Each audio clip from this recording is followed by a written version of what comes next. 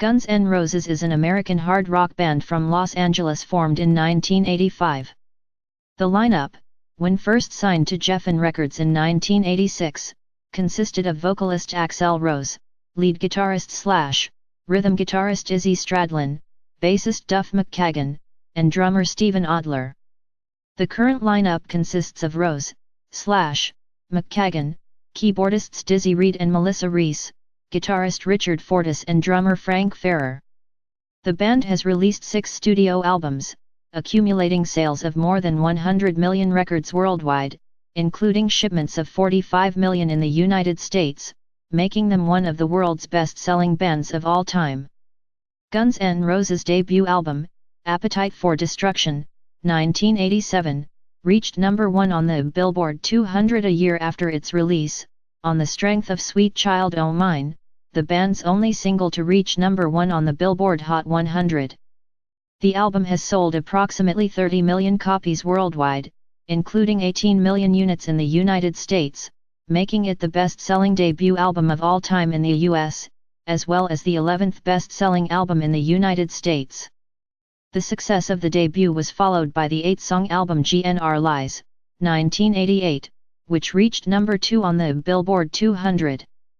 The twin albums Use Your Illusion 1 and Use Your Illusion 2 1991, debuted at number 2 and number 1 on the Billboard 200 respectively and have sold a combined 35 million copies worldwide, including 14 million units in the United States. The cover album The Spaghetti Incident, 1993, was the band's last studio album to feature Slash and McKagan. After more than a decade of work and several lineup changes, Guns N' Roses released the long-awaited album Chinese Democracy, 2008, which, at an estimated $14 million in production costs, is the most expensive rock album to ever be produced in music history. It debuted at number 3 on the Billboard 200 but undersold industry expectations, despite mostly positive critical reception. Classic era members Slash and McKagan both rejoined the band in 2016. Guns N' Roses has been credited with reviving the mainstream popularity of rock and roll, at a time when popular music was dominated by dance music and glam metal. Its late 1980s and early 1990s years have been described as the period in which the group brought forth a hedonistic rebelliousness reminiscent of the early Rolling Stones, a reputation that had earned the group the nickname the most dangerous band in the world. The band's classic lineup, along with later members Reed and drummer Matt Sorum, was inducted into the Rock and Roll Hall of Fame in 2012, in its first year of eligibility. History. Formation, 1985–1986. In 1984, Hollywood Rose member Izzy Stradlin was living with LA Guns member Tracii Guns. When LA Guns needed a new vocalist, Stradlin suggested Hollywood Rose singer Axl Rose. Guns N' Roses was formed in March 1985 by Rose and rhythm guitarist Stradlin, along with lead guitarist Tracii Guns, bassist Ole Bike, and drummer Rob Gardner of LA Guns. The band coined its name by combining the names of both previous groups. Rejected names for the band included Heads of Amazon and AIDS. After a short time, during which the band reportedly played 2 or 3 shows, Bike was fired and replaced by Duff McKagan. Tracii Guns left the band after an argument with Rose, leading to his replacement by Rose and Stradlin's one-time Hollywood Rose bandmate, Slash. Gardner quit soon after and was replaced by another former Hollywood Rose member, Steven Adler. Slash had also previously played with McKagan and Adler in Road Crew. We had a singer, Mike Jagaz, that our manager didn't like, so we fired him. So then I asked Axl to join LA Guns and he was in the band for about 6-7 months. The same manager ended up hating Axl and he wanted to fire him. We're all living together at this point and Axl and I sat down and went, what are we going to do? So we both said fuck that, and came up with the name Guns N' Roses, which was going to be just a record label that we'd put singles out on. In June 1985, 4 days after the lineup was finalized, the band embarked on a short, disorganized tour of the West Coast, from Sacramento, California, to McKagan's hometown of Seattle, Washington. The so-called Hell Tour settled the band's first stable lineup, with McKagan later commenting, "This trip had set a new benchmark for what we were capable of, what we could and would put ourselves through to achieve our goals as a band." Through the band's increasing presence on the Hollywood club scene, playing famed bars such as the Troubadour and the Roxy, Guns N' Roses drew the attention of major record labels. The group was signed by Geffen Records in March 1986, receiving a $75,000 advance. In December of that year, the group released the 4-song EP Live! At Like a Suicide, designed to keep interest in the band alive while the group withdrew from the club scene to work in the studio. The EP contained covers of Rose Tattoo's Nice Boys and Aerosmith's Mama Kin, along with 2 original compositions, the punk-influenced Reckless Life and the classic rock-inspired Move to the City. Although billed as a live recording, the 4 songs were taken from the band's demo tapes and overdubbed with crowd noise. Live! At Like a Suicide was released on the Geffen subsidiary UZ Suicide, with production limited to 10,000 vinyl copies.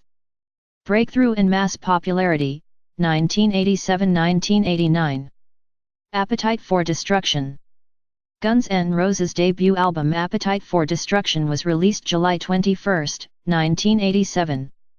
The album underwent an artwork change after the original cover design by Robert Williams, which depicted a surrealist scene in which a dagger-toothed monster vengefully attacks a robot rapist, was deemed too controversial. The band stated the original artwork was a symbolic social statement, with the robot representing the industrial system that's raping and polluting our environment. The revised cover was done by Andy Engel, based on a design by tattoo artist Bill White Jr., who had designed the artwork for a tattoo Rose had acquired the previous year. The artwork featured each of the 5 band members' skulls layered on a cross. In the US, Welcome to the Jungle was issued as the album's first single, with an accompanying music video. Initially, the album and single lingered for almost a year without performing well, but when Geffen founder David Geffen was asked to lend support to the band, he obliged, personally convincing MTV executives to play Welcome to the Jungle during the network's after-hours rotation. Even though the video was initially only played once at 4 a.m. on a Sunday, heavy metal and hard rock fans took notice and soon began requesting the video and song en masse. The song, written in Seattle, was about Los Angeles. The music video took place in New York. According to Rose, the inspiration for the lyrics came from an encounter he and a friend had with a homeless man while they were coming out of a bus into New York. Trying to put a scare into the young runaways, the man yelled at them, "You know where you are? You're in the jungle, baby, you're gonna die." The song was featured in the 1988 Dirty Harry film The Dead Pool, starring Clint Eastwood, and members of the band had a cameo appearance in the film. Sweet Child O' Mine was the album's second US single, a love song written by Rose as a poem for his then-girlfriend Erin Everly, daughter of Don Everly of the Everly Brothers. Due to the growing grassroots success of the band and the cross-gender appeal of the song, Sweet Child O' Mine and its accompanying music video received heavy airplay on both radio and MTV, becoming a huge hit during the summer of 1988 and reaching the top of the charts in the U.S. Later commented, "I hated that song with a huge passion for the longest time, and it turned out to be our hugest hit, so it goes to show what I know." The song was released in Japan as part of the EP Live from the Jungle, which also featured a selection of live recordings from the band's June 1987 dates at London's The Marquee, the group's first shows outside the United States. The song is the highest-charting Guns N' Roses song, and is the band's only song to reach number 1 on the Billboard Hot 100. After the success of Sweet Child O' Mine, Welcome to the Jungle was reissued as a single and reached number 7 in the US. By the time Paradise City and its video reached the airwaves, peaking at number 5 in the US, Appetite for Destruction had reached number 1 on the Billboard 200.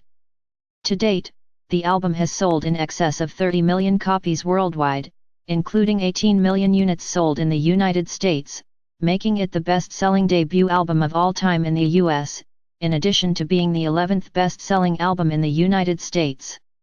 Guns N' Roses toured extensively in support of their debut album, embarking on the 16-month-long Appetite for Destruction tour.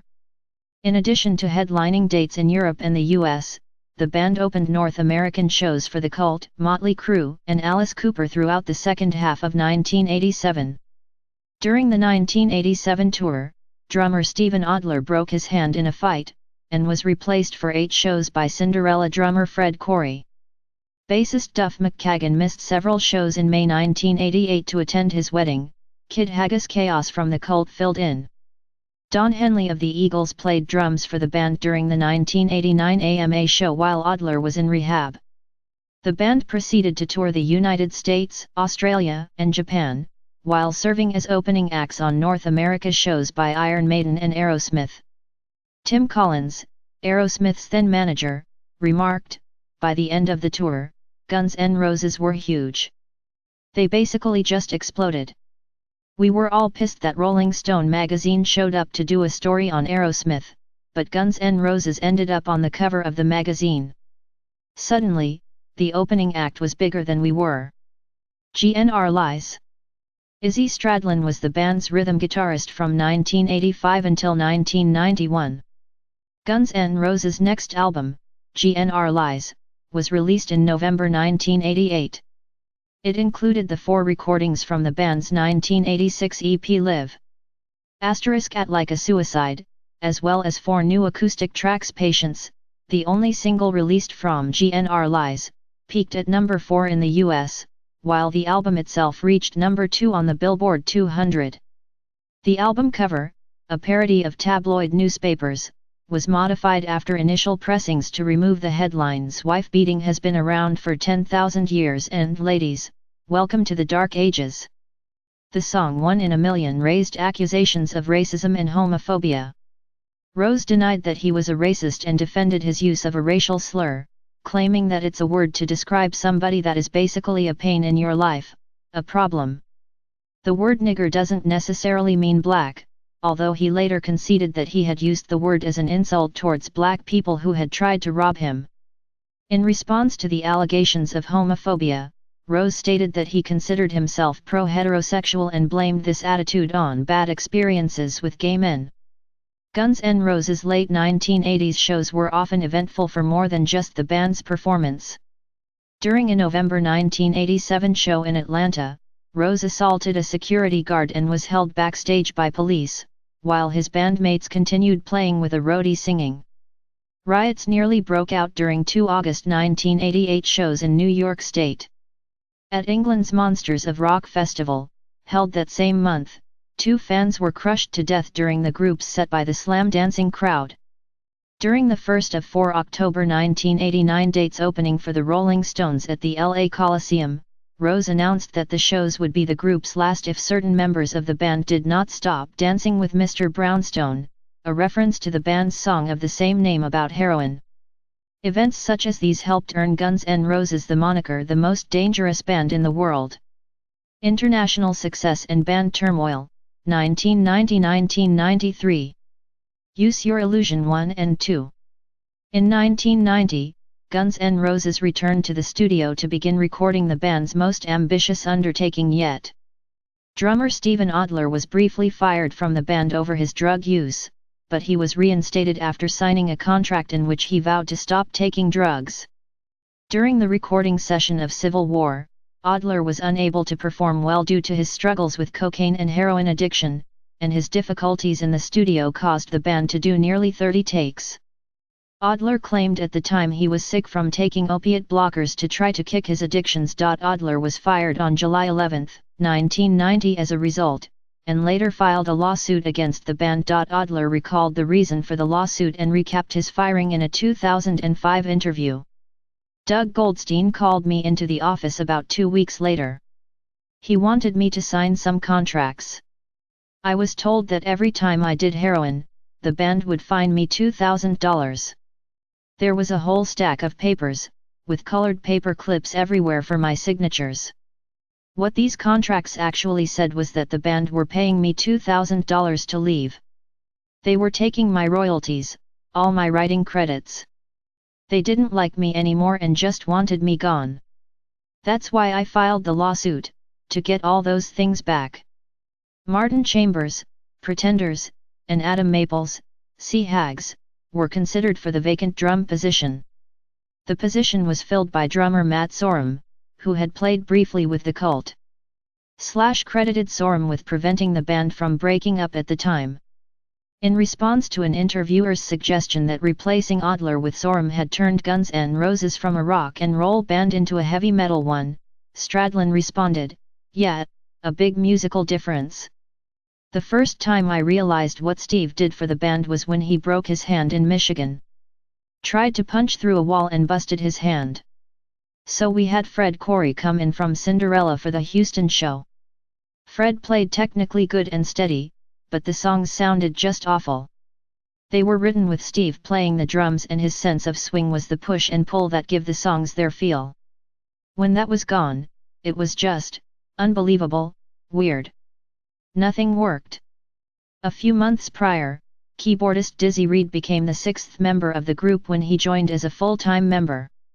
Reed was previously bandmates with Matt Sorum and Johnny Crash. The band fired its manager, Alan Niven, replacing him with Doug Goldstein in May 1991. According to a 1991 cover story by Rolling Stone magazine, Rose forced the dismissal of Niven, against the wishes of some of his bandmates, by refusing to complete the albums until he was replaced. With enough music for 2 albums, the band released Use Your Illusion 1 and Use Your Illusion 2 on September 17, 1991. The tactic paid off when the albums debuted at number 2 and number 1 respectively in the Billboard charts, setting a record as the band became the only group to achieve this feat until hip-hop artist Nelly accomplished the same in 2004. The album sold 770,000 units, Use Your Illusion 2, and 685,000 units, Use Your Illusion 1 in first-week sales. Both albums spent 108 weeks on the chart. The 2 albums have sold a combined 35 million copies worldwide, as well as 14 million sold in the United States. Guns N' Roses accompanied the Use Your Illusion albums with many videos, including Don't Cry, November Rain and Estranged, some of the most expensive music videos ever made. The hit ballad November Rain, number 3 US, became the most requested video on MTV, eventually winning the 1992 MTV Video Music Award for Best Cinematography. It is also the longest song in US chart history to reach the top 10, clocking in at 8:57. During the awards show, the band performed the song with Elton John accompanying on piano. Both prior to and after the release of the albums, Guns N' Roses embarked on the 28-month-long Use Your Illusion tour. It became famous for both its financial success and the many controversial incidents that occurred at the shows. The tour had 92 dates in 27 countries, with over 7 million people attending concerts. It is considered the longest tour in rock history. Use Your Illusion Tour. The Use Your Illusion World Tour program included a guitar solo from Slash based on the Godfather theme, a piano-driven cover of It's All Right by Black Sabbath, and an extended jam on the classic rock-inspired Move to the City, where the group showcased the ensemble of musicians assembled for the tour. Many of the successful performances during the tour were overshadowed in the press by riots, late starts, and outspoken rants by Rose. While the band's previous drug and alcohol issues were seemingly under control, Rose was often agitated by lax security, sound problems, and unwanted filming or recording of the performances. He also used the time between songs to fire off political statements or retorts against music critics or celebrity rivals. On July 2, 1991, at the Riverport Amphitheater in Maryland Heights, Missouri, just outside St. Louis, during a performance of Rocket Queen, Rose discovered that a fan was filming the show with a camera.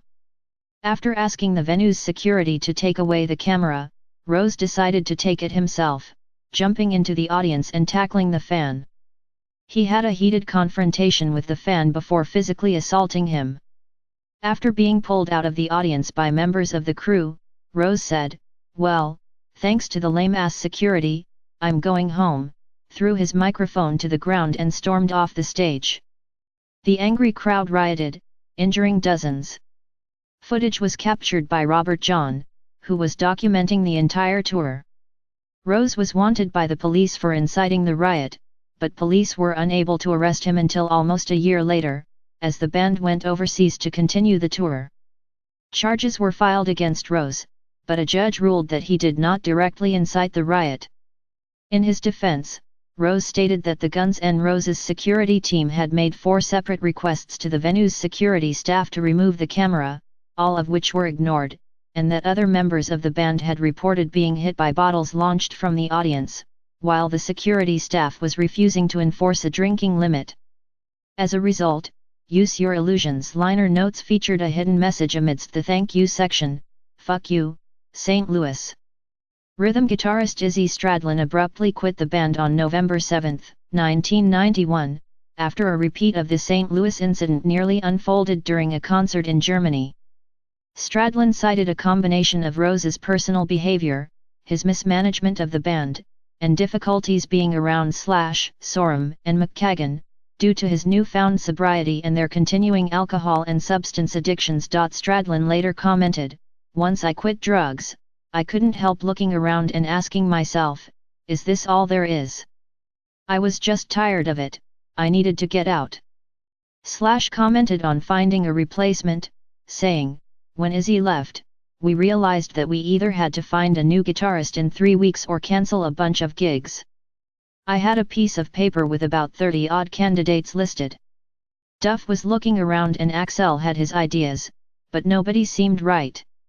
For a while it looked like Dave Navarro from Jane's Addiction was going to join, but he couldn't get it together, so that never happened." Stradlin was eventually replaced by Los Angeles-based guitarist Gilby Clarke, whom Slash credited for saving the band. During many shows throughout the tour, Rose introduced Clarke to the audience, and Slash and Clarke would then play Wild Horses, a Rolling Stones cover. In late 1991, the band added a touring ensemble, which included a horns section and several background vocalists.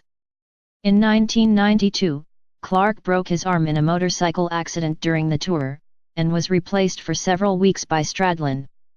In 1992, the band appeared at the Freddie Mercury tribute concert, performing a 3-song set. Because of the controversial song "One in a Million," activist group ACT UP demanded that the band be dropped from the bill, and urged other artists to shun the group and the crowd to boo it. Members of Queen dismissed the activists, with lead guitarist Brian May stating, "People seem so blind. Don't they realize that the mere fact that Guns N' Roses are here is the biggest statement that you could get?" Slash later performed "Tie Your Mother Down" with the remaining members of Queen and Def Leppard vocalist Joe Elliott, while Rose performed "We Will Rock You" and sang a duet with Elton John on Bohemian Rhapsody. Their personal set included "Paradise City" and "Knockin' on Heaven's Door." When the band returned to the US for the second leg of the Use Your Illusion tour, Brian May opened the shows with the Brian May Band. Rose had originally wanted the grunge band, and Geffen label mates, Nirvana, to open the band's Use Your Illusion tour, but lead singer Kurt Cobain refused. Later in the year, Guns N' Roses went on the Guns N' Roses Metallica Stadium Tour, with American heavy metal band Metallica, being supported by Faith No More, Motorhead, and Body Count. During a show in August 1992 at Montreal's Olympic Stadium, Metallica's lead singer James Hetfield suffered second-degree burns to his hands and face after malfunctions with a pyrotechnics blast. Metallica was forced to cancel the second hour of the show, but promised to return to the city for another performance. After a long delay, during which the audience became increasingly restless, Guns N' Roses took the stage. However, the shortened time between sets did not allow for adequate tuning of stage monitors, resulting in members of GNR not being able to hear themselves. In addition, Rose claimed that his throat hurt, causing the band to leave the stage early. The cancellation led to another audience riot, with 3 police officers and 10 rioters injured. Police made at least a dozen arrests related to the incident. The pyro incident and riot can be seen on video in A Year and a Half in the Life of Metallica. In a segment on the video, Hetfield mocked Rose and read his personal tour rider, making fun of various items on the list. Rose responded by addressing the crowd during a later concert, labeling Hetfield a racist for his decision to pull Body Count from the tour, and called him a stupid little cocksucker while bashing the rest of the band. On VH1's Behind the Music documentary about Metallica, Hetfield stated that we couldn't relate to Axl and his attitude. Other members of Metallica and Rose himself both stated that the two groups never really gelled. In mid-1993, former drummer Steven Adler's lawsuit against the band was settled out of court. Adler received a back payment check of $2,250,000 and 15% royalties for songs he recorded. The Use Your Illusion tour ended in Buenos Aires, Argentina, on July 17, 1993. The tour set attendance records and lasted for 28 months, in which 194 shows were played. The show in Buenos Aires marked the last time that Sorum and Clark would play a live show with Rose. It was also the last time Slash performed with Rose until rejoining the band in 2016. The Spaghetti Incident. Gilby Clarke replaced Izzy Stradlin as rhythm guitarist, playing from 1991 to 1994. On November 23, 1993, Guns N' Roses released a collection of punk and glam rock covers entitled The Spaghetti Incident. Izzy Stradlin's recorded guitar parts were replaced by Gilby Clarke. Many of the tracks were recorded during the same sessions as the Illusions albums, which were originally intended to produce 3 or 4 albums. Initially, the band was going to release a covers EP in 1992 or 1993, but decided on making a full album and recorded more songs. Bassist Duff McKagan sings on many of the album's tracks, and Hanoi Rocks frontman Michael Monroe appears on Ain't It Fun as a guest vocalist. Slash described the recording of the album as spontaneous and unpainted. The title of the album is an inside joke referring to a food fight that occurred between Axl Rose and Steven Adler. During his lawsuit against the band, Adler's attorney described the food fight as the Spaghetti Incident. The meaning was explained by drummer Matt Sorum in a 1994 interview with Much Music and confirmed by Slash in his autobiography, Slash. An unadvertised cover of the Charles Manson song Look at Your Game, Girl was included on the album. The track was kept secret, and was not included on advance tapes sent out to reviewers. Band manager Doug Goldstein stated there is a bonus track on the album, but Axl wants it to speak for itself, and that it wasn't done for the critics or anybody else. It was a bonus for the fans. The inclusion of the song caused controversy, with law enforcement and victims' rights groups expressing outrage. Rose claimed the reason we didn't list that song on our album is we wanted to downplay it. We don't give any credit to Charles Manson on the album, it's like a hidden bonus track. The band considered removing the song from new pressings of the album, and David Geffen stated in a phone interview, "I would hope that if Axl Rose had realized how offensive people would find this, he would not have ever recorded this song in the first place. The fact that Charles Manson would be earning money based on the fame he derived committing one of the most horrific crimes of the 20th century is unthinkable to me." Slash mentioned that the song was done with naive and innocent black humor on our part. Rose stated he would donate all performance royalties from the song to a non-profit environmental organization. Slash stated that the group intended to remove the song before the band decided to keep it after learning that royalties from the song would be donated to the Bartek Frykowski, the son of Wojciech Frykowski, a victim of Manson during the Tate murders. Geffen Records released a statement mentioning that the label's share of royalties would be donated to the Doris Tate crime victims Bureau. Years later, Rose said the song would be removed from new pressings of the album, claiming that critics and the media had misinterpreted his interest in Manson. Rose can be seen wearing a Manson shirt in the video for Estranged and during a concert in Milton Keynes, England, in 1993. Rose explained wearing the shirt as trying to make a statement because a lot of people enjoy playing me as the bad guy and the crazy. Sorry, I'm not that guy. I'm nothing like him. Despite the statement that the track would be removed, Look at Your Game, Girl is still featured on pressings of the album. The album debuted at number 4 on the Billboard charts, and sold 190,000 copies its first week. Despite initial success, The Spaghetti Incident did not match the sales of the Illusion albums, and its release consequently led to increased tension within the band. Member departures and sporadic activity, 1994–1999. Interviews with Guns N' Roses band members suggest that between 1994 and 1996, the band sporadically began to write and record new material, most of which, according to Slash, had been written by Rose. Rose has stated the exact opposite in the open letter on the official Guns N' Roses website in 2008, saying that the album was mostly a Slash album and Rose was allowed very little input into the album. According to Matt Sorum, in 1996, the band had recorded 7 songs, with 7 more in the writing stages, and intended to release a single album with 10 or 12 songs, with a release date of spring 1997. Sorum also mentioned that Slash's Snakepit's debut album, It's 5 O'Clock Somewhere, could have been a Guns N' Roses album, but Axl didn't think it was good enough. In May 1994, Gilby Clarke mentioned in an interview that there was no next Guns N' Roses album, adding, "We started working on one, and it got canned." Sorum described the would-be album as not as sophisticated as Illusion, but not as wild as Appetite. The album was also described as consisting of up-tempo rock songs with no ballads, according to Duff McKagan. In a 2002 interview, Rose complimented the guitar work Slash had laid down, saying it was the best playing he's done at least since Illusions.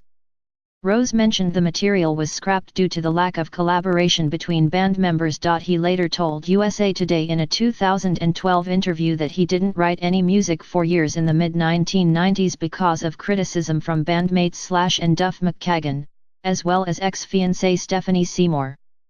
In January 1994, Rose inducted Elton John into the Rock and Roll Hall of Fame, and later that night performed a duet with Bruce Springsteen on a cover of the Beatles' song Come Together. It was Rose's final public performance for 6 years.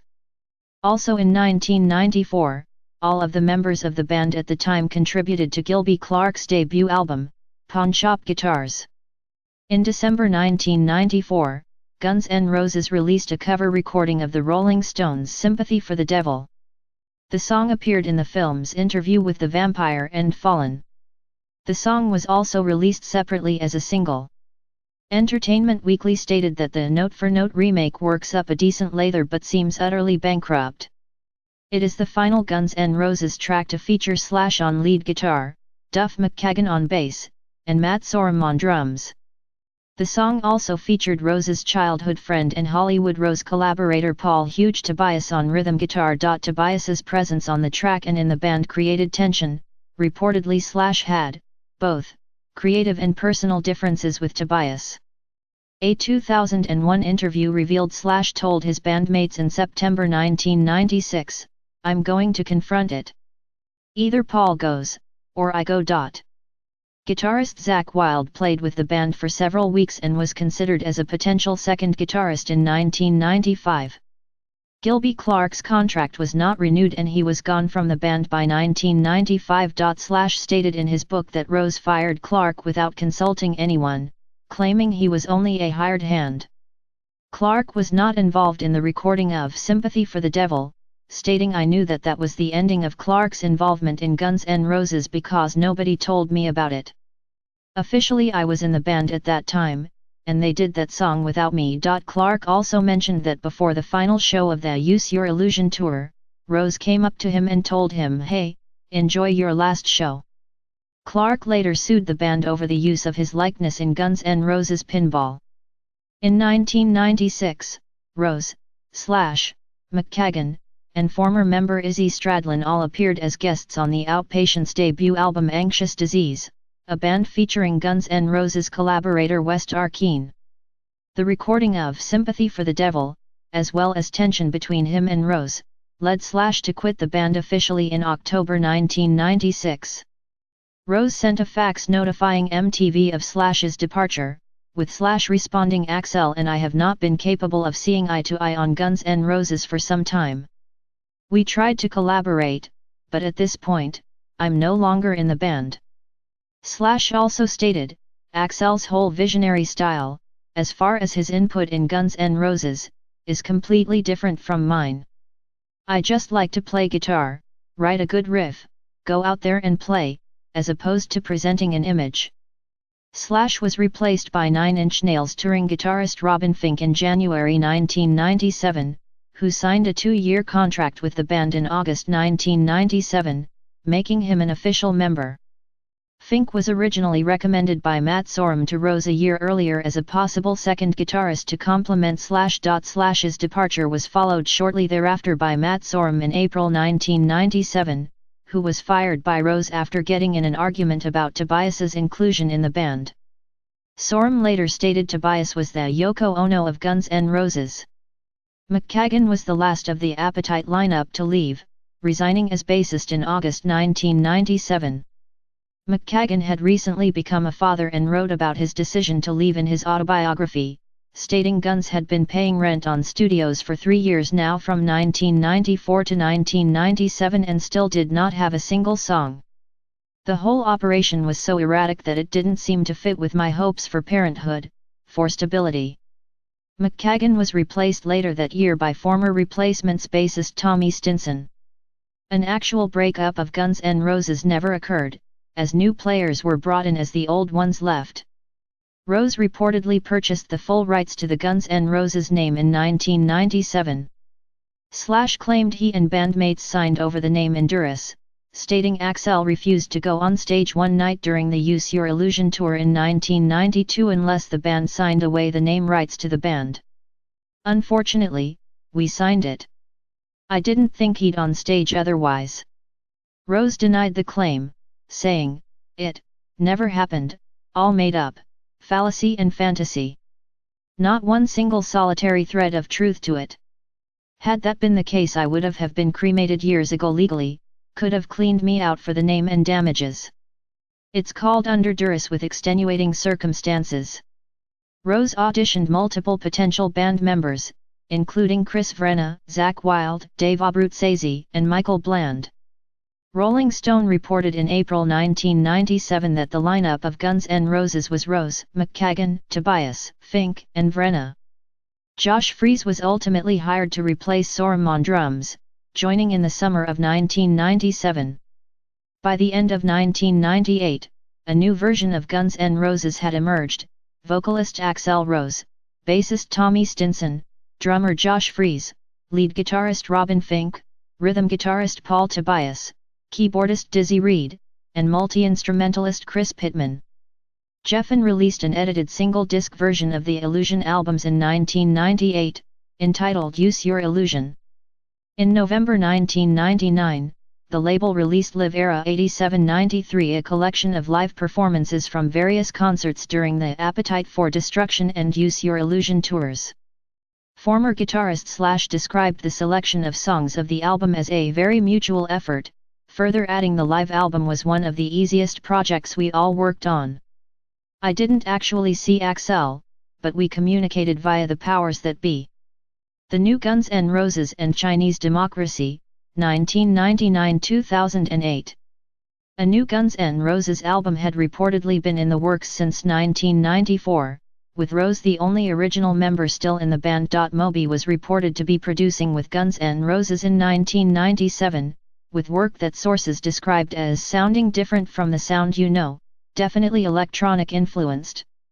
Mike Klink, who had previously produced every Guns N' Roses album, was also attached to produce in May 1997. In April 1998, Moby was replaced by Youth, and the album was still in the writing stages.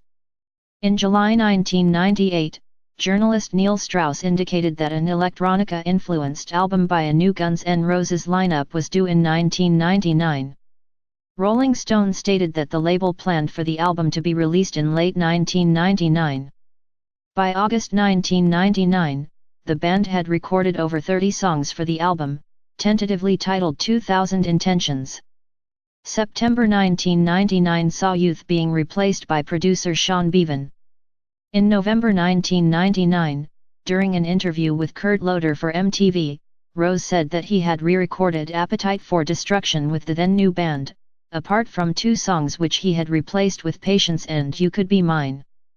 During the interview, Rose announced the title of the upcoming album, Chinese Democracy, stating, "There's a lot of Chinese democracy movements, and it's something that there's a lot of talk about, and it's something that will be nice to see.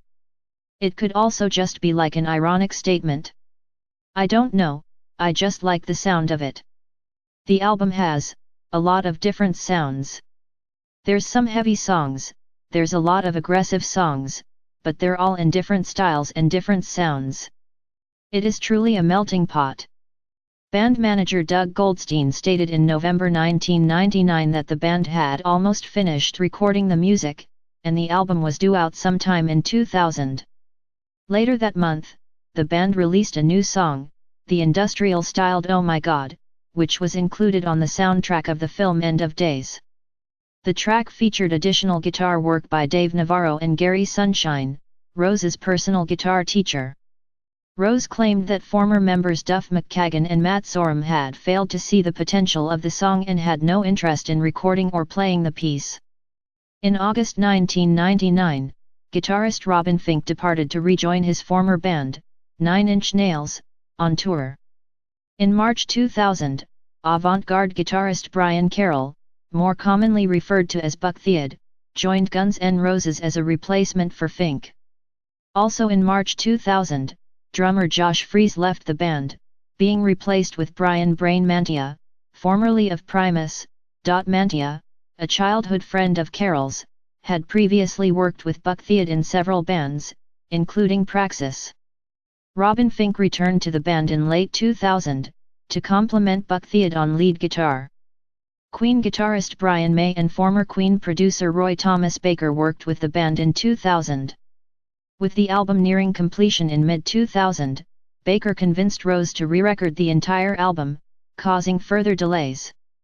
In an interview with Rolling Stone in February 2000, Rose played several songs of the upcoming album to reporters, including Chinese Democracy, Catcher in the Rye, I.R.S., The Blues, There Was a Time and Oklahoma. Rose mentioned that part of the delay of the new album was him educating himself about the technology that's come to define rock, stating that it's like from scratch, learning how to work with something, and not wanting it just to be something you did on a computer. Rolling Stone described the album as Led Zeppelin's Physical Graffiti remixed by Beck and Trent Reznor. Rose mentioned that the expense of the record would be negated by the recording sessions yielding multiple albums, including a record that is more industrial and electronica influenced than Chinese Democracy. At that point, the album had gone through multiple producers, including Youth, Moby, Mike Klink, Roy Thomas Baker, Eric Caudius.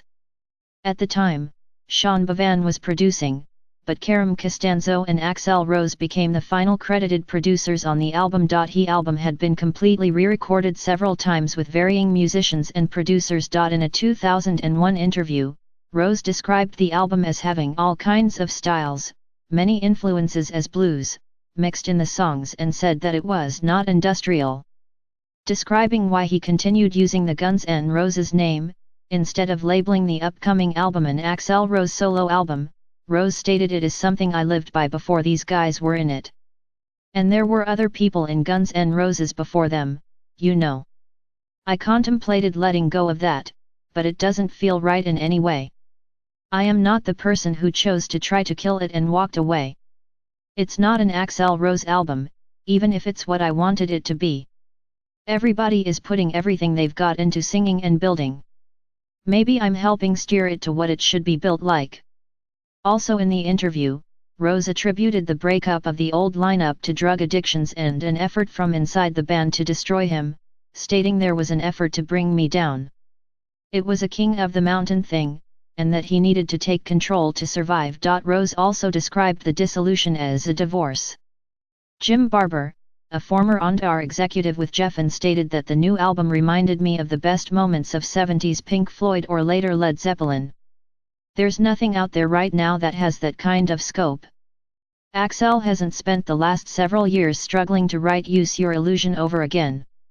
8 years after the previous Guns N' Roses concert, the band made a public appearance in January 2001 with 2 well-received concerts, one in Las Vegas and one at the Rock in Rio festival in Rio de Janeiro. The band played both songs from previous albums and songs from then unreleased Chinese Democracy. During the band's Rock in Rio set, Rose made the following comment regarding former members of the band. The group played a further 2 shows in Las Vegas at the end of 2001. Former guitarist Slash claimed that he tried to attend a show and was turned away at the door by security.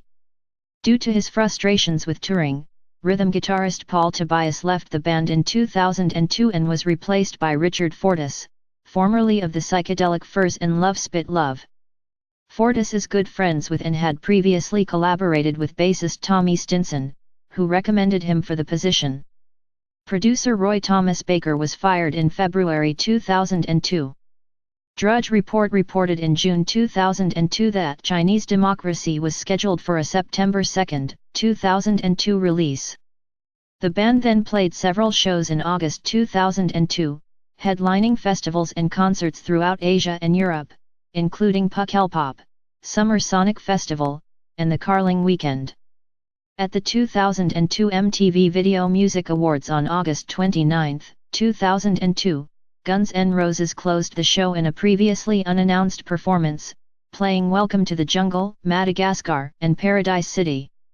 In November 2002, the band's first North American tour since 1993 was organized to support Chinese Democracy, with CKY and Mixmaster Mike joining. However, the opening show in Vancouver was cancelled by the venue when Rose failed to turn up. According to Guns management, Axl's flight from LA had been delayed by mechanical troubles. A riot ensued. This tour was met with mixed results. Some concerts did not sell well, while shows in larger markets such as New York City sold out in minutes. Due to a second riot by fans in Philadelphia when the band failed to show up again, tour promoter Clear Channel cancelled the remainder of the tour. Rose later mentioned in 2006, "There are reasons that I have not spoken more about cancelled shows in Vancouver and Philadelphia that have been extremely complicated and are not legally resolved behind the scenes to this day and could have possibly jeopardized the future of Guns N' Roses." Rose then apologized to the city of Philadelphia when playing there in 2012, adding, "I'm not saying I'm innocent." The band went on hiatus until it was scheduled to play at Rock in Rio Lisboa in May 2004. However, Buck Theod left the band in March of that year, causing the band to cancel. Buck Theod reportedly left the band because of the inability to complete an album or tour, according to his manager. Rose claimed the band has been put in an untenable position by guitarist Buck Theod and his untimely departure. During his tenure with the band, Buck Theod has been inconsistent and erratic in both his behavior and commitment, despite being under contract, creating uncertainty and confusion and making it virtually impossible to move forward with recording, rehearsals and live plans with confidence. His transient lifestyle has made it impossible for even his closest friends to have nearly any form of communication with him whatsoever. That same month, Geffen released Guns N' Roses' Greatest Hits, since Rose had failed to deliver a new studio album in more than 10 years. Lash and McKagan joined Rose in suing Geffen to stop the release of the album, which was compiled without authorization from any current or former band members. The lawsuit was thrown out and the album went triple platinum in the US, eventually going on to be the third longest charting album in the Nielsen SoundScan era.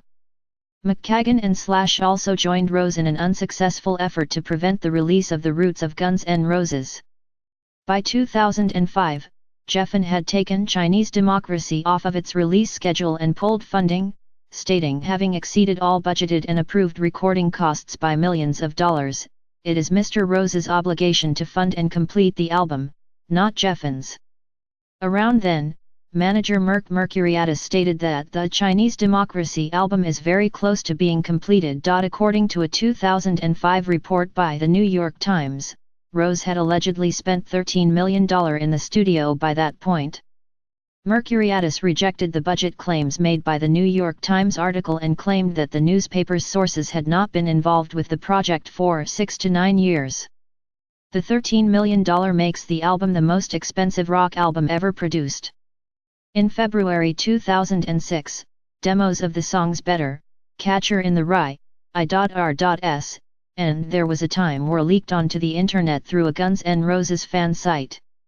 The band's management requested that all links to the MP3 files and all lyrics to the songs be removed from forums and websites. Despite this, radio stations began adding IRS to playlists, and the song reached number 49 on the Radio and Records Active Rock National Airplay chart in the final week of February. In August 2006, Slash and McKagan sued Rose over Guns N' Roses publishing and songwriter credits, which Rose's lawyer claimed were due to a clerical error while changing publishers. After a recommendation by guitar virtuoso Joe Satriani, guitarist Ron Bumblefoot Thal was contacted by keyboardist Chris Pittman in 2004. After sending demos and jamming with the band, Thal officially joined Guns N' Roses in 2006, replacing Buck Theod. Thal made his live debut with the band at the Hammerstein Ballroom in New York City on May 12, 2006, the band's first live show in over 3 years. 5 warm-up shows before a North American tour were held in September 2006. The tour officially commenced on October 24 in Miami. Drummer Frank Ferrer replaced Brian Mantia, who took a leave of absence to be with his wife and newborn child. Ferrer had previously worked with Richard Fortus in the Psychedelic Furs and Love Spit Love, and had been a member of several other bands, including The Beautiful. Coinciding with the tour, the song Better was featured in an internet advertisement for Harley-Davidson in October 2006. Keyboardist Dizzy Reed stated that the release was an accident, with 2 versions being made, one experimental edit featuring a demo of Better and one with Paradise City. The ad with Better was mislabeled and inadvertently uploaded online for a day before being replaced by the intended ad with Paradise City. That same month, Rolling Stone published an article revealing that Andy Wallace would be mixing the final album. In November 2006, shows in Portland, Maine, were cancelled, with the band claiming it was due to limitations imposed by local fire marshals. Rose later apologized in a statement, stating, "We have chosen to take the public heat for these events in order to have another shot at the future today with a new album." In December 2006, Rose released an open letter to fans announcing that Mercuriadis had been fired as the band's manager. He revealed that the last 4 dates of the North American tour would be cut so the band could work on post-production for Chinese Democracy. He also set a tentative release date for the album for the first time since the album's announcement, March 6, 2007. On February 23, 2007, Del James announced that the recording stage of Chinese Democracy was finished, and the band had now moved on to mixing the album, mentioning after some delays and scheduling difficulties, things appear to be moving along. However, this proved that the March 6 release date would be impossible to achieve, and the album once again had no scheduled release date. In a December 2007 interview, Sebastian Bach claimed Rose had planned to have the album released by Christmas 2007. "I know Axel was very serious about putting something out before Christmas. He was talking to me about it. He was talking about finishing liner notes." Bach also said that Chinese Democracy's delay might be because of business problems. "I think there's a lot of business shit that goes on with him. It's just not as easy. It's a little more complicated than people think." Also in February 2007, the final version of Better leaked online to positive reviews. On May 4, 2007, 3 more tracks leaked from Chinese Democracy, an updated version of I.R.S., the blues and the title track. All 3 tracks had previously been played live. Guns N' Roses embarked on the 2007 leg of the Chinese Democracy World Tour in Mexico in June, followed by dates in Australia and Japan. The songs Nice Boys and Don't Cry, appearing as an instrumental Bumblefoot solo, were played for the first time since the Use Your Illusion tour. The tour ended on the 20th anniversary of Appetite for Destruction's release date, in Osaka. During this tour, the band featured vocalist Axl Rose, Robin Fink, Ron Thal, and Richard Fortus on guitars, Tommy Stinson on bass, Dizzy Reed and Chris Pittman on keyboards, and Frank Ferrer on drums. Rumors arose that Chinese Democracy had been handed over to Geffen Records, but had been delayed because the label and Rose could not agree on the marketing of the album in early 2008. Eddie Trunk also claimed Geffen might have the album. "I hear the new GNR CD is actually done, but the delay in release is not the band's issues but the label. There is so much money tied up in this record that in today's business it will be virtually impossible to be profitable," meaning the label might want to sell it off but cannot find a buyer since nobody buys CDs anymore. Problem might not be Axel this time around and might keep this CD in limbo for more years to come. Hopefully it gets resolved. However, in a February 2008 interview with Classic Rock magazine, Rose's manager, Beta Leibis, debunked Trunk's suggestion and stated the band is in negotiations with the record label, and the album had been finished since Christmas 2007. On March 26, 2008, Dr. Pepper announced a plan to give everyone in America except the band's former guitarists Slash and Buck Theod a free can of Dr. Pepper if the band released Chinese Democracy before the end of 2008. Rose stated he was surprised and very happy about the announcement, adding, "As some of Bucketh's performances are on our album, I'll share my Dr. Pepper with him." With the announcement from Guns N' Roses regarding a release date in November, Tony Jacobs, Dr. Pepper's vice president of marketing for Dr. Pepper, announced a free soda coupon campaign for 24 hours on Sunday, November 23, 2008. However, due to heavy volume on the server throughout the entire day, it was impossible to submit for a free coupon. On March 27, 2008, the day after Dr. Pepper's announcement, the band members announced that they had hired a new management team, headed by Irving Azoff and Andy Gould. The band later condemned Dr. Pepper for the failed promotion. In a letter to Dr. Pepper, Rose's lawyer Alan Gutman said the redemption scheme your company clumsily implemented for this offer was an unmitigated disaster which defrauded consumers and, in the eyes of vocal fans, ruined Chinese Democracy's release. Rose's lawyer also demanded that the company make a full-page apology that would appear in the Wall Street Journal, USA Today, the New York Times and the Los Angeles Times. In a 2009 interview, Rose stated he specifically told his lawyers it was a non-issue and was taken off guard by their actions, believing they should be focused on the record release. Amidst industry rumors in April 2008 that a release was coming soon, 9 tracks purported to be from Chinese Democracy were leaked to a website on June 19, 2008. But were quickly removed due to a cease and desist letter from the band's label. 6 of the leaked tracks had surfaced previously in some form, while 3 were new. The leaked songs were more fleshed out than previously heard tracks. On July 14, 2008, Harmonix, in conjunction with MTV Games, officially announced the release of a new song from the upcoming Chinese Democracy album, called Shackler's Revenge, through the new game Rock Band 2. The entire album was eventually added to the game as DLC in April 2009. The song If the World debuted October 10, 2008, playing in the end credits of the Ridley Scott film Body of Lies. In late August, speculation about the impending release of the album resurfaced, further fueled by separate reports from both Rolling Stone and Billboard about a November 25 release date as a Best Buy exclusive. This was finally confirmed October 22 when band management, Best Buy, and Interscope Geffen und M Records officially issued a joint press release confirming the much-anticipated release of the album in the US on November 23 as a Best Buy exclusive. Several days before its official release, the band streamed the entire Chinese Democracy album on the group's MySpace page. The album was streamed over 3 million times, breaking the MySpace record for most streamed album ever. Chinese Democracy, the band's 6th studio album and its first since 1993's The Spaghetti Incident, was released on November 22, 2008, in Europe and Australia, in North America on November 23, 2008, and in the United Kingdom on November 24, 2008. The album had an estimated $14 million in production costs, making it the most expensive rock album to ever be produced in music history. Debuted at number 3 on the Billboard 200 but undersold industry expectations, despite generally positive critical reception. Rock and Roll Hall of Fame induction, Touring and Appetite for Democracy, 2009-2014.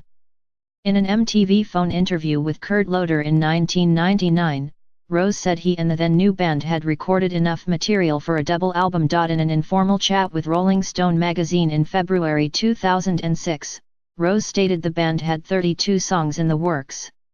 While appearing on various fan message boards in December 2008, Rose stated several working titles of songs for a possible future album. Among the working titles were, Elvis Presley and the Monster of Soul, Soul Monster, formerly known as Leave Me Alone, Atlas Shrugged, 7, The General, Time, Ides of March, Berlin, formerly Oklahoma, Zodiac, Quick Song, and Down by the Ocean, CO written by original member Izzy Stradlin. During the chat, he mentioned the bridge of Soul Monster as the band's most Black Sabbath moment, and referred to it as the meanest section of anything I've sung to date.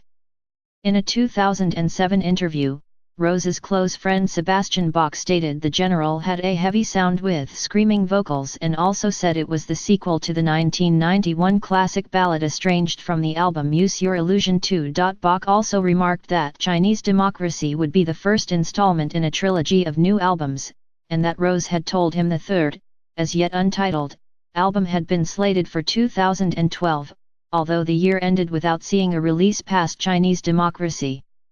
The initial plan for Chinese Democracy in 2001 was to record 2 albums, release Chinese Democracy, tour for a year or 2, then release the second album without having to return to the studio.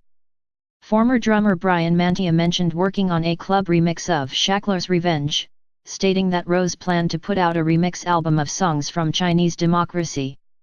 Guitarist DJ Ashba has said that the next album is being discussed, stating that the band has been throwing around a bunch of ideas and joked that the next album won't take as long to release. On April 20, 2011, Ashba said in an interview at the Revolver Golden Gods Awards that Guns N' Roses have been working on new songs every day. In an interview with reporter Nui Te Koha on Triple M Melbourne's The Hot Breakfast, Ashba talked about songs Rose has written, stating, Axel has a lot of great songs up his sleeve. He probably has 3 albums worth of stuff recorded. The stuff I've heard. I've been up in his hotel room many nights and he just sits down at the piano and plays.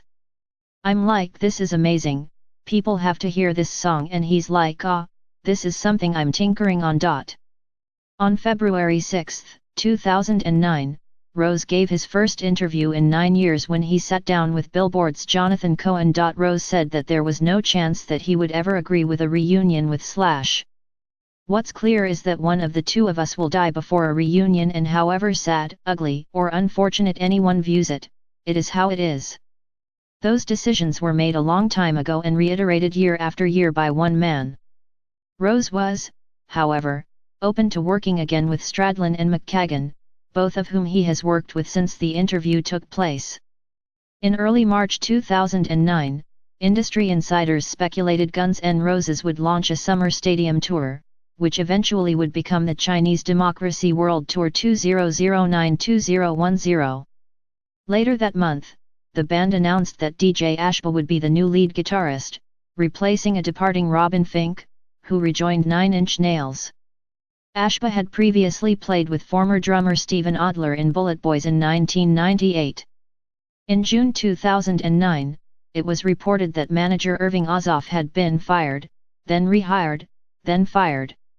A year later, Azoff's company Frontline Management sued Rose, claiming he violated an oral agreement to pay 15% of earnings, or nearly $2 million, from a lucrative concert tour, seeking $1.87 million in unpaid fees.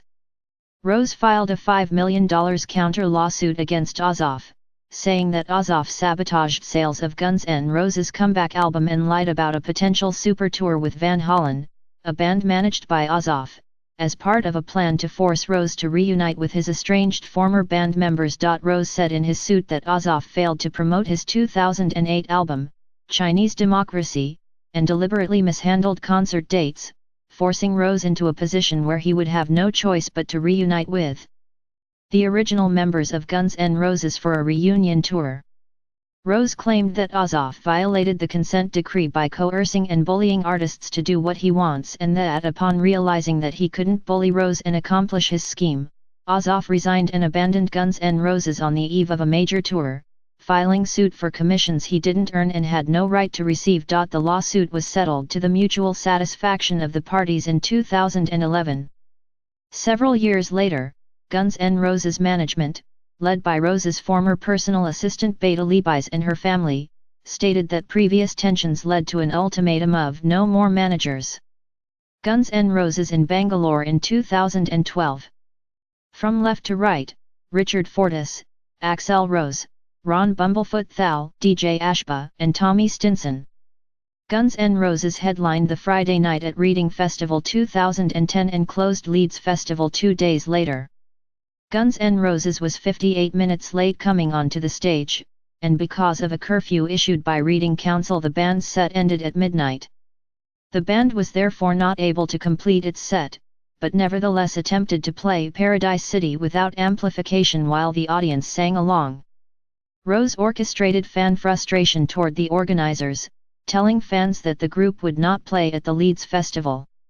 However, 2 days later the band played the final night of the Leeds Festival, coming onto stage 30 minutes late, and cutting part of the encore, with Rose stating to the crowd, "We come here to play for you but the cops and the promoters wanna fuck us in the ass. We would like to play a few more songs for you but we'll just play one." During a concert on September 1, in Dublin, the band was over an hour late arriving on stage. Rose stopped the band in the middle of the second song, "Welcome to the Jungle," after multiple bottles were thrown on stage, warning the crowd, "One more bottle and we go home. It's up to you. We would like to stay. We want to stay. We want to have some fun." After another bottle was thrown, the band left the stage during the fourth song of the set. The band returned to the stage an hour later to finish the show. Former bassist Duff McKagan joined the band on stage for the first time since leaving the band on October 14, 2010 at the O2 Arena, in London, England. He performed 4 songs with the group: "You Could Be Mine," "Nice Boys," "Knockin' on Heaven's Door," and "Patience." The appearance was said to be a spur-of-the-moment decision, as he and Rose happened to be staying in the same hotel. Rose told the audience, "There was this guy at the end of my hallway playing all this loud music and shit. What the fuck? Oh, it's Duff." McKagan later joined Guns N' Roses on part of its tour for 2 Seattle shows in December 2011, as well as having his band Loaded open for Guns N' Roses. Guns N' Roses performed at Rock in Rio 4 on October 2, 2011 during heavy rain, playing Estranged for the first time since 1993. Guitarist Bumblefoot stated that due to the conditions, it was the worst concert he's ever been a part of. 2 months later, during a performance in Nashville, TN Civil War also made a return after an 18-year absence. On November 10, 2011, Rose gave his first TV interview in years to Eddie Trunk, Don Jamieson, and Jim Florentine of That Metal Show, discussing his whole career and the band's future. On December 7, 2011, it was announced that the classic Guns N' Roses lineup was to be inducted into the Rock and Roll Hall of Fame, along with several other acts, including the Red Hot Chili Peppers and the Faces. Commenting on his Twitter, Rose stated, "I'd like to thank the Rock and Roll Hall of Fame and our fans. This is your victory." Commenting on the induction during his That Metal Show interview, he said, "I don't know what it means in terms of me with the old band and the old lineup. If we were to be invited, I don't know what they would ask of me. It's up in the air." Slash also commented, saying, "Thanks for all the Rand RHF mentions, it's quite an honor to be inducted. Cheers." 3. He went on to say, "I have no idea how that's supposed to go. If Axl, Duff, Izzy, and myself start communicating, it could go one way.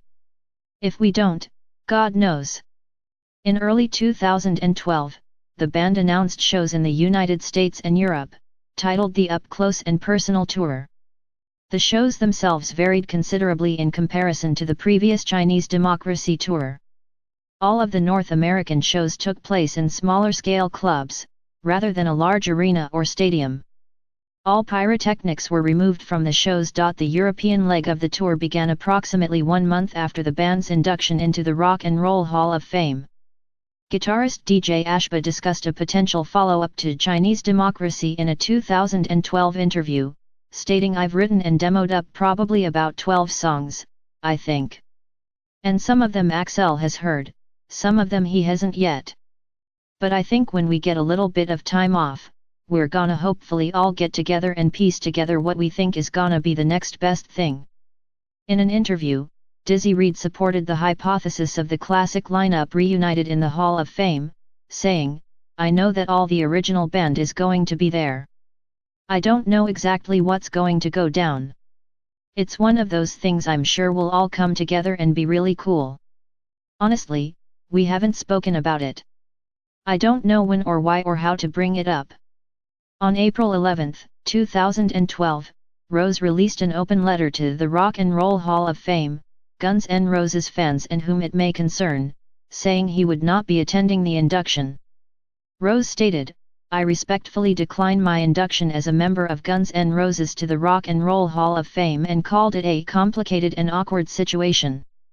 After the ceremony, Rose released a statement on the band's Facebook page apologizing to the city of Cleveland, where the ceremony took place, and detailing reasons why he did not attend, stating, "I still don't exactly know or understand what the hall is or how or why it makes money, where the money goes, who chooses the voters and why anyone on this board decides who, out of all the artists in the world that have contributed to this genre, is officially rock enough to be in the hall."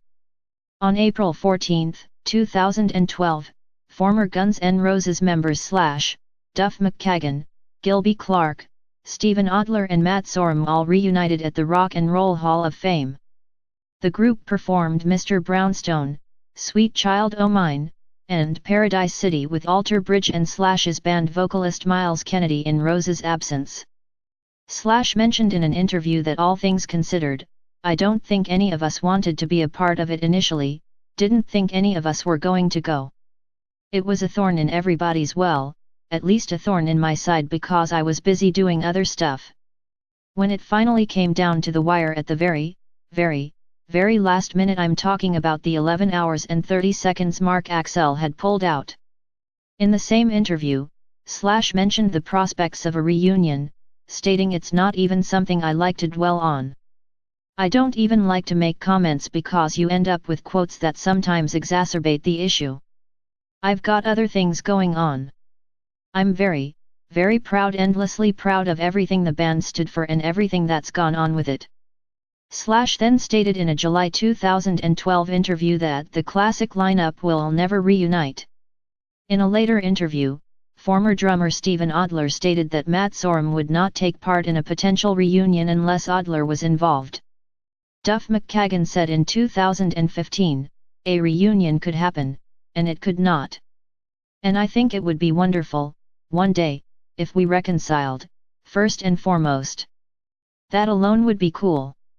Richard Fortus, being interviewed by the French music website Rock and Live in June 2012, revealed that the band would not play any more dates for the Up Close and Personal tour, as the band members hoped to spend more time in the studio, hoping to complete the next album by the end of the year. Fortus said, "I'm pretty much focused on GNR right now. We're getting ready to go back in the studio, so that's where my head's at right now. That's all I want to think about until the end of the year, pretty much." Izzy Stradlin once again joined the band for a surprise performance at a wedding in Saint-Tropez, France in July 2012. Also in July 2012, the band toured Israel for the first time since 1992. NME reported that year that the band's tour security said they had been instructed by Guns N' Roses management that anyone wearing a Slash t-shirt not be allowed into the tour venue. On August 13, 2012, the band announced a residency at the Joint in Las Vegas entitled Appetite for Democracy, celebrating the 25th anniversary of the band's debut album, Appetite for Destruction, and the 4th anniversary of the album Chinese Democracy. On November 21, 2012, the band's performance in Vegas was taped in 3D, and was screened across theaters in 2014 before being released as Appetite for Democracy 3D on July 1, 2014. In October 2012, Rose mentioned that the follow-up to Chinese Democracy would not take as long to be released, stating, "All the guys are writing, and we recorded a lot of songs over the years. We'll figure out what we feel best about. Chinese was done in piecemeal with one person here and one there at different times. In October 2012, Guns N' Roses performed an acoustic set at Neil Young's Bridge School benefit show. The performance was widely panned by critics, and Rose claimed an onset of strep throat hampered his vocals. Guns N' Roses in 2010. From left to right, Dizzy Reed, Ron Bumblefoot Thal, Richard Fortus, Axl Rose, DJ Ashba, Chris Pittman, and Tommy Stinson. Drummer Frank Ferrer is not pictured. In August 2013, a new song titled Going Down was leaked online. The track features bassist Tommy Stinson on lead vocals, with Rose providing backup vocals. Bumblefoot confirmed the song to be legitimate on his Twitter. Spin described it as a country-tinged, mid-tempo lighter razor with lyrics about how you've got nothing good to say, keep your mouth shut. The band launched a South American tour in early 2014, including playing in Brazil and Portugal. For several shows, former bassist Duff McKagan rejoined the band to fill in for Stinson, who had previous commitments to touring with the Replacements. The group headlined the Revolver Golden Gods Awards show, with McKagan on bass, on April 24, 2014. During the ceremony, Rose was awarded the Ronnie James Dio Lifetime Achievement Award. After the show, Fortus reiterated the band was working on material and mentioned the possibility of releasing new music within the next year. From May 21 to June 7, 2014, the band returned to Las Vegas for its second residency at The Joint, titled No Trickery. An Evening of Destruction. In an interview in June 2014, Rose commented on upcoming plans. Reed mentioned that the next album was close to being done in July 2014, adding it was just a matter of picking out which songs will be on it and that the band had a shitload of songs, enough to make up another record or two. Later that month, Fortus discussed the band working on new material and taking a break from touring.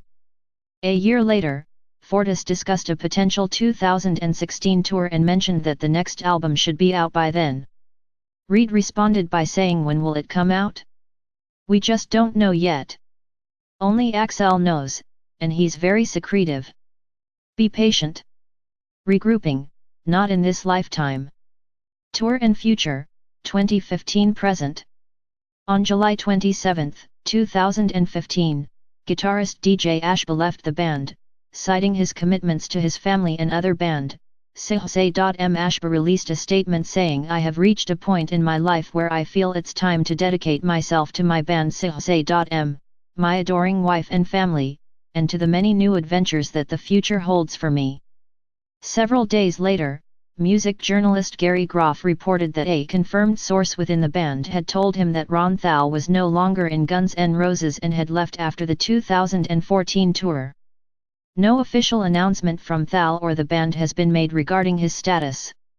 Tommy Stinson then left the band, citing personal reasons keeping him unable to tour. Frank Ferrer clarified the status of the band in mid-2015, saying Guns still exist. They have a lot of moving parts, and there's a lot of things in the works, everything is moving forward. On December 29, 2015, several days after a Guns N' Roses related teaser was released to movie theaters, Billboard reported that Slash was set to rejoin the band and a reunited lineup will headline Coachella 2016. Rose was set to appear on Jimmy Kimmel Live the following week to talk about the future of the band, but his appearance was cancelled due to unforeseen circumstances. Guns N' Roses was officially announced as the headliner of Coachella on January 4, 2016, with KROQ reporting Slash and Duff McKagan are rejoining the band. The Coachella Festival confirmed via press release that McKagan and Slash were rejoining. The band's first scheduled concerts with Slash and McKagan took place at the newly opened T-Mobile Arena on April 8 and 9, 2016. On March 25, 2016, the band announced 21 cities as part of a North American tour, dubbed the Not in This Lifetime Tour. Additional legs of the tour were added for Latin America, Asia, and Oceania through 2017. Later on, a second North American leg was added for 2017. A previously unannounced warm-up gig at the Troubadour in Los Angeles took place on April 1, 2016. Melissa Reese, who has previously worked with former drummer Brian Mantia on several projects, replaced Chris Pittman as the second keyboardist. During the show at the Troubadour, Rose fell off a monitor and broke his foot. Rose was given Dave Grohl's customized throne that Grohl had used to perform when he broke his leg at a concert. At the performance at the first weekend of Coachella, AC/DC guitarist Angus Young joined the band on stage. Rose was set to join AC/DC as a touring vocalist. Young's guest appearance was only the third time he had jammed with another band since 1977. Rose discussed the regrouping in a June 2016 interview, stating it was always looked at as a possibility, but it never seemed right or felt right. During the interview, Rose also reiterated his intention to release new Guns N' Roses music in the future. Slash later commented on the tour, telling Aerosmith's Joey Kramer in an interview with WZLX that we all were pretty positive, the reunion, would never happen, so it's still sort of blowing our minds. But everybody's really getting along great and I think everybody's come a long way, and it's all cool. During the band's July 6 show in Cincinnati, former drummer Steven Adler joined the band on drums for Out Ta Get Me and My Michelle. It was the first time since 1990 that Adler performed with the group. Adler would later join the band at shows in Nashville, Los Angeles, and Buenos Aires. Legacy, style, influence, and criticism. Guns N' Roses signed with a major record label within 8 months of the band's inception, and topped national sales charts weeks after garnering late hours airplay on MTV. Appetite for Destruction is the highest-selling debut album of all time in the United States. Peers of the band in the music industry often spoke highly of the band. Joe Perry stated that the band was the first group to remind him of Led Zeppelin. Ozzy Osbourne stated that Guns N' Roses could have been the next Rolling Stones if the classic lineup stayed together. Country musician Steve Earle stated in 1989 that Guns N' Roses are what every LA band pretends to be. The music of Guns N' Roses is a fusion of punk rock, blues rock, heavy metal, hard rock, and hair metal. The Illusions album saw the band branching out into art rock, while The Spaghetti Incident saw the group blend hard rock with punk rock. Since the group's 1999 revival, the band has retained hard rock features while also experimenting with industrial rock and electronic rock. In the 1990s, the band integrated keyed instruments, played by either Rose or Reed, and accompanied on tour by Teddy Andreadis, into the band, and for roughly half of the Use Your Illusion tour, added a horn section to the stage. A heavy influence on both the image and sound of Guns N' Roses was the Finnish band Hanoi Rocks. Singer Michael Monroe and Rose have collaborated on various occasions. Rose has stated that the band was massively inspired by groups like Queen, AC/DC, the Rolling Stones, Aerosmith, and Rose Tattoo, and that the sound of Appetite for Destruction was influenced by AC/DC, Led Zeppelin, The Who, Cheap Trick, Aerosmith, Van Halen, the New York Dolls, and Hanoi Rocks. The band was also influenced by the likes of T-Rex and the Sex Pistols. Rose's orchestral-style songwriter on the Illusion albums were influenced by Queen, Electric Light Orchestra, and Elton John, particularly the album Queen 2. Rose cited the influence of Nirvana's Smells Like Teen Spirit in recording the title track of Chinese Democracy. Critics noted influences of Queen, Wings, and Andrew Lloyd Webber on some songs on Chinese Democracy. Guns N' Roses has influenced many modern rock bands such as Fall Out Boy, Avenged Sevenfold, Mother Love Bone, Buckcherry, Hinder, Manic Street Preachers, Nickelback, Bullet for My Valentine, and Black Label Society. Guns N' Roses are still an example of how a band can move rock forward. Sometimes you think, how can you top anything by the Yardbirds, or Zeppelin, or the Stones? And then you hear Guns N' Roses, and it's inspiring. You can think that it's all been written, but it hasn't. In 2002, Q magazine named Guns N' Roses in its list of the 50 bands to see before you die. The television network VH1 ranked Guns N' Roses 9th in its 100 Greatest Artists of Hard Rock special, and also 32nd on its 100 Greatest Artists of All Time. Appetite for Destruction was ranked 62nd Greatest Album of All Time in Rolling Stone magazine's special issue The 500 Greatest Albums of All Time. In 2004, Rolling Stone ranked Guns N' Roses number 92 on its list of the 100 Greatest Artists of All Time. Welcome to the Jungle has also been voted Best Hard Rock Song out of 100 candidates by VH1. Guns N' Roses was inducted into the Rock and Roll Hall of Fame on April 14, 2012. The group is one of the world's best-selling bands of all time, having sold more than 100 million records worldwide, including shipments of 45 million in the United States. The US release of the PlayStation game Mega Man X5 had the names of the game's bosses changed in honor of the band. Guns N' Roses has also received significant criticism throughout the years. The band received criticism for drug and alcohol use in the 80s and early 90s. Long periods of time between albums are another source of criticism. Songs such as One in a Million and the cover of Charles Manson's Look at Your Game, Girl were considerably controversial upon release. In addition, some lyrics have been regarded as sexist.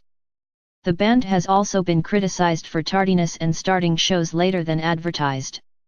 The band's late appearances and war with Reading and Leeds festivals have been criticized by artists and peers of the group in the industry.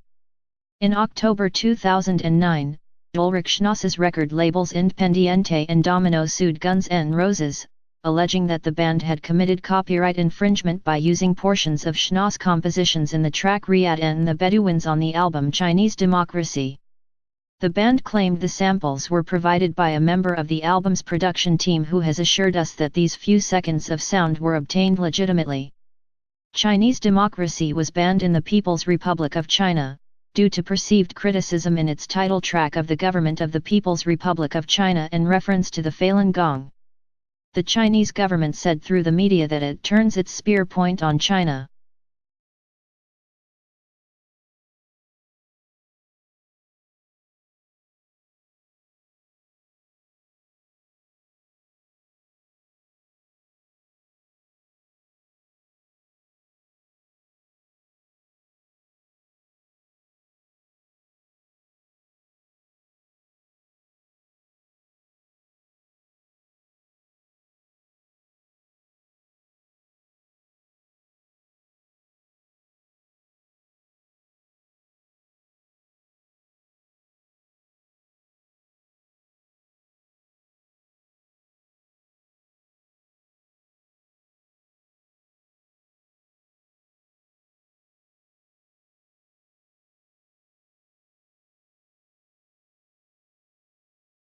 By tattoo artist Bill White Jr., who had designed the artwork for a tattoo Rose had acquired the previous year.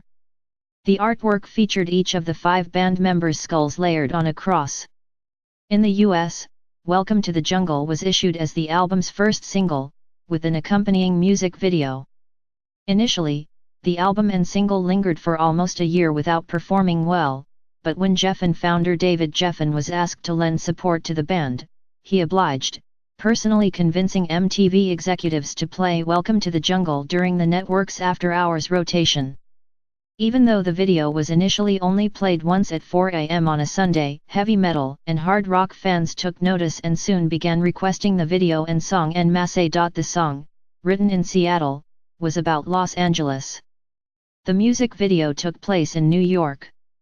According to Rose, the inspiration for the lyrics came from an encounter he and a friend had with a homeless man while they were coming out of a bus into New York. Trying to put a scare into the young runaways, the man yelled at them, "You know where you are? You're in the jungle, baby, you're gonna die." The song was featured in the 1988 Dirty Harry film The Dead Pool, starring Clint Eastwood, and members of the band had a cameo appearance in the film. Sweet Child O' Mine was the album's second US single, a love song written by Rose as a poem for his then-girlfriend Erin Everly, daughter of Don Everly of the Everly Brothers. Due to the growing grassroots success of the band and the cross-gender appeal of the song, Sweet Child O' Mine and its accompanying music video received heavy airplay on both radio and MTV, becoming a huge hit during the summer of 1988 and reaching the top of the charts in the U.S. Later commented, I hated that song with a huge passion for the longest time, and it turned out to be our hugest hit, so it goes to show what I know. The song was released in Japan as part of the EP Live from the Jungle, which also featured a selection of live recordings from the band's June 1987 dates at London's The Marquee, the group's first shows outside the United States. The song is the highest charting Guns N' Roses song, and is the band's only song to reach number 1 on the Billboard Hot 100. After the success of Sweet Child O' Mine, Welcome to the Jungle was reissued as a single and reached number 7 in the US. By the time Paradise City and its video reached the airwaves, peaking at number 5 in the US, Appetite for Destruction had reached number 1 on the Billboard 200. To date, the album has sold in excess of 30 million copies worldwide, including 18 million units sold in the United States, making it the best-selling debut album of all time in the US, in addition to being the 11th best-selling album in the United States. Guns N' Roses toured extensively in support of their debut album, embarking on the 16-month-long Appetite for Destruction tour. In addition to headlining dates in Europe and the US, the band opened North American shows for The Cult, Motley Crue, and Alice Cooper throughout the second half of 1987. During the 1987 tour, drummer Steven Adler broke his hand in a fight, and was replaced for 8 shows by Cinderella drummer Fred Coury. Bassist Duff McKagan missed several shows in May 1988 to attend his wedding.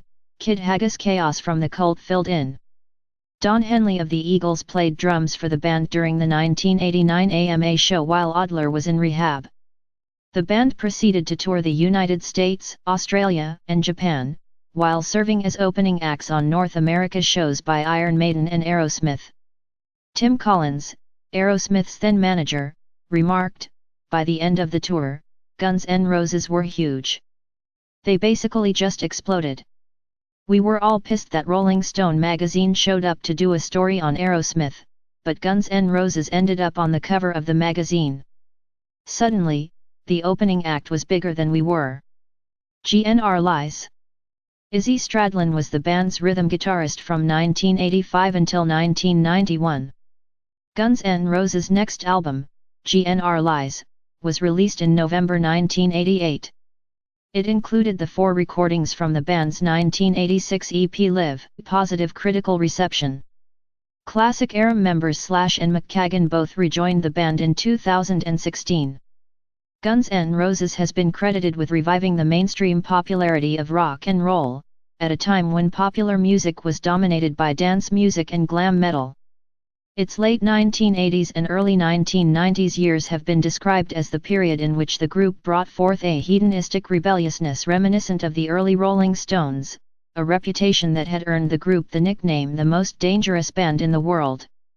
The band's classic lineup, along with later members Reed and drummer Matt Sorum, was inducted into the Rock and Roll Hall of Fame in 2012, in its first year of eligibility. History. Formation, 1985–1986. In 1984, Hollywood Rose member Izzy Stradlin was living with LA Guns member Tracii Guns.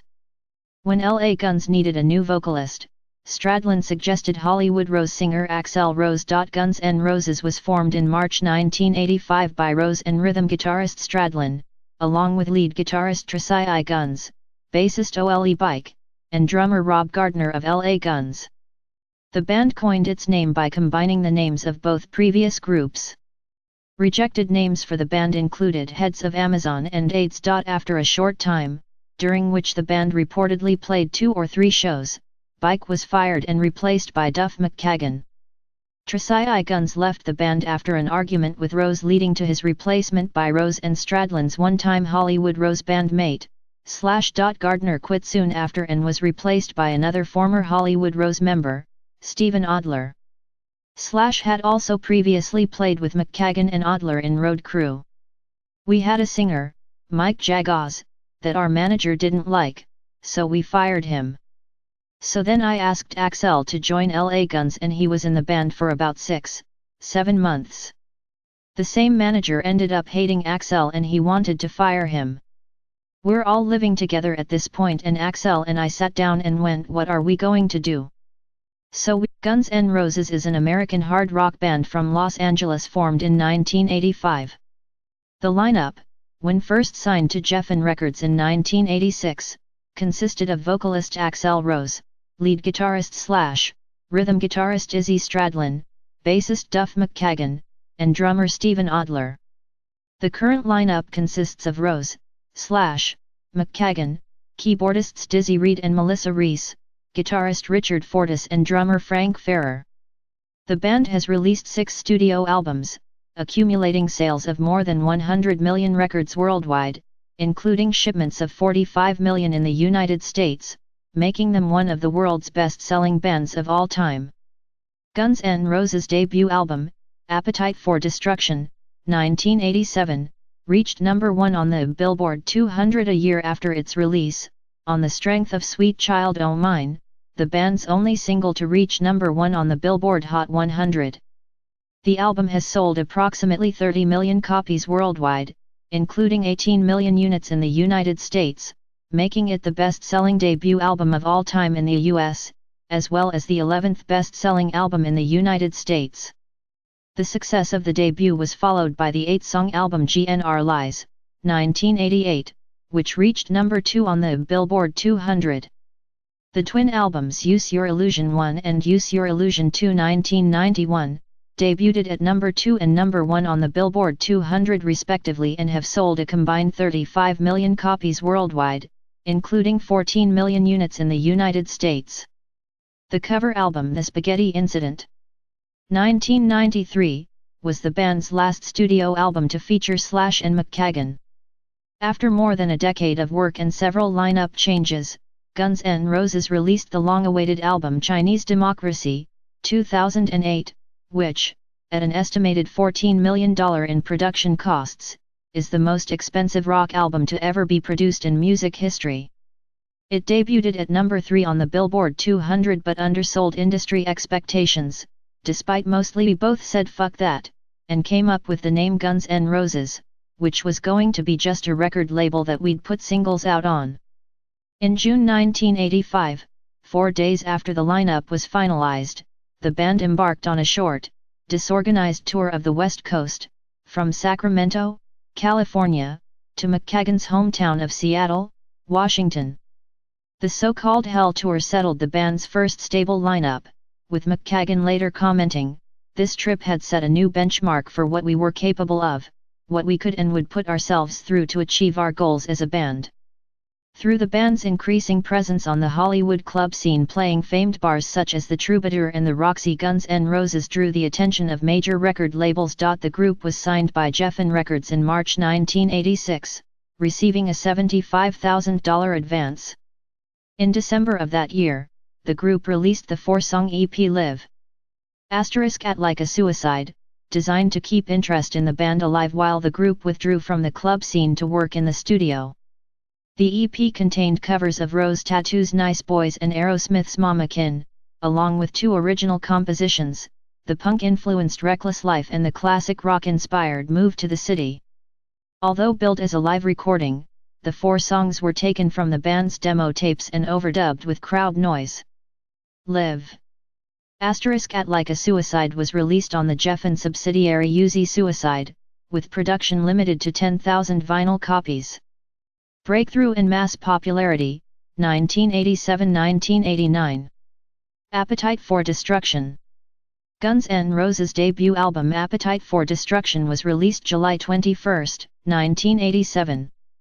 The album underwent an artwork change after the original cover design by Robert Williams, which depicted a surrealist scene in which a dagger-toothed monster vengefully attacks a robot rapist, was deemed too controversial. The band stated the original artwork was a symbolic social statement, with the robot representing the industrial system that's raping and polluting our environment. The revised cover was done by Andy Engel, based on a design